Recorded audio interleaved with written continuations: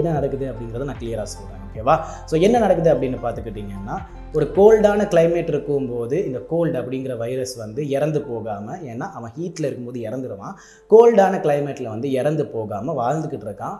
அப்படி இருக்கும்போது நீங்கள் சுவாசிக்கும் போதோ, பேசும்போதோ, கதைக்கும் போதோ, தொடும் போதோ ஏதோ ஒரு விதத்தினால உங்களோட கை மூலியமாகவோ, ஏன் மூச்சு காற்று மூலியமாகவோ உங்களோட பாடிக்குள்ளே வர்றதுக்கு ட்ரை பண்ணுவான். இவன் வந்து கையால் மட்டும்தான் வருவானா அப்படின்னு கேட்டிங்கன்னா, கையால் உடம்பால் வருவானான்னு கேட்டிங்கன்னா இல்லை, உங்களோட மூஞ்சி பகுதி இருக்கு இல்லையா, அது மூலியமாக தான் உள்ளே வருவான். ஆக்சுவலாக மூஞ்சி பகுதி மூலியமாக எப்படி வருது அப்படின்னு கேட்டிங்கன்னா, இந்த நெத்தி பகுதிகளில் சின்ன சின்ன ஒரு குட்டி குட்டியான ஓட்டைங்கள்லாம் இருக்கும், அது மூலியமாக கூட வருவான். அப்படி இல்லைன்னா அஃப்கோர்ஸ் சுவாசிக்கிற மூச்சு காற்று மூலியமாக வருவான். அப்படி இல்லைன்னா இதாக இருக்கான் பார்த்தீங்களா, இவன் மூலியமாக உள்ளே வருவான், இல்லைனா காது மூலியமாக உள்ளே வருவான். அப்படியும் இல்லையா, ஸ்கேல்ப்குள்ளால் கூட உள்ளே வருவான். ஸோ உள்ளே வந்ததுமே அவனுக்கு தங்குறதுக்கு ஒரு இடம் வேணும் இல்லையா, அந்த தங்குறதுக்கான இடமா தான் உங்களோட மியூக்கஸ் வந்து ஹெல்ப் பண்ணுது அவனுக்கு. அப்படி இருக்கும்போது அவன் ஸ்ப்ரெட் ஆகும்போது அந்த மியூக்கஸுமே கூட ஸ்ப்ரெட் ஆக ஆரம்பிக்குது.